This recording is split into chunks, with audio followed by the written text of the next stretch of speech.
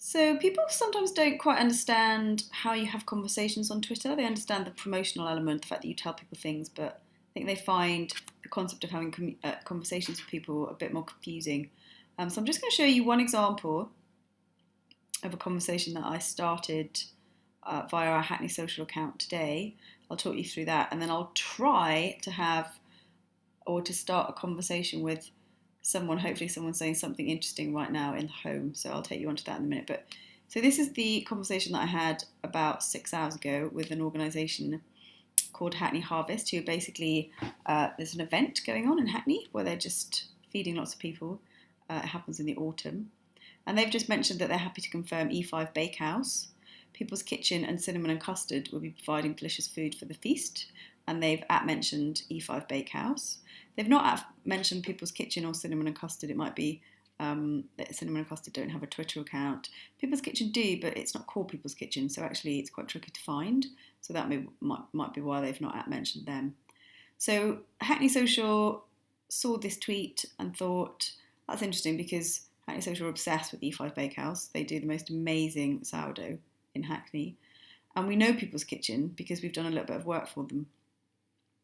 And we've actually tried out their food. It's amazing. People's Kitchen are an organisation that reduce food waste by collecting lots of leftover food from restaurants and cafes and shops, and they make huge feasts for the community at a pay what you can afford basis, so really low cost. Means they get a real mixture of people in there, and it's really nice. And we can vouch for their skills, their cooking skills. It's really delicious. So I've actually said that. So I saw Hackney Harvest do this tweet, and then I responded and said, wow, we can vouch for People's Kitchen cooking skills, yum. And I've mentioned E5 Bakehouse too. Then they responded an hour later and said, yeah, really glad to have People's Kitchen on board. So that's just a nice little way of connecting with Hackney Harvest, and then they actually followed us on the basis of that conversation that I started. So that's just an example from a few hours ago. I'm going to try, fingers crossed, to see if I can start a conversation real time right now. So I'm just going to go to my home feed, and I'm just going to scroll and see if there's anything that's interesting that I might get involved in. Okay, so look at Steve Cooper.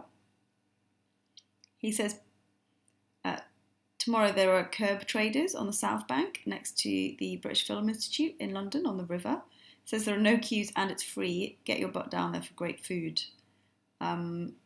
I like that. I like that tweet. And so I'm just going to reply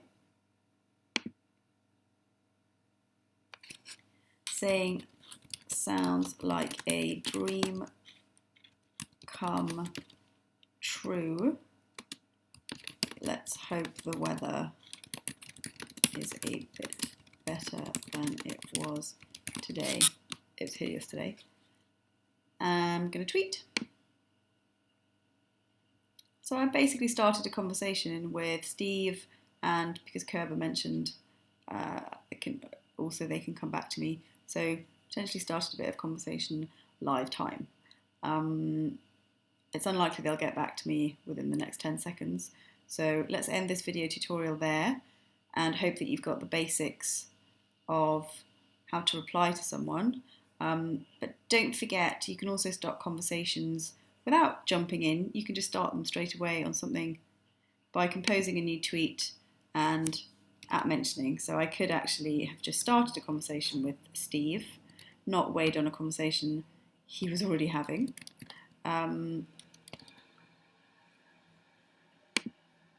So don't forget that you can also just completely start new conversations as well.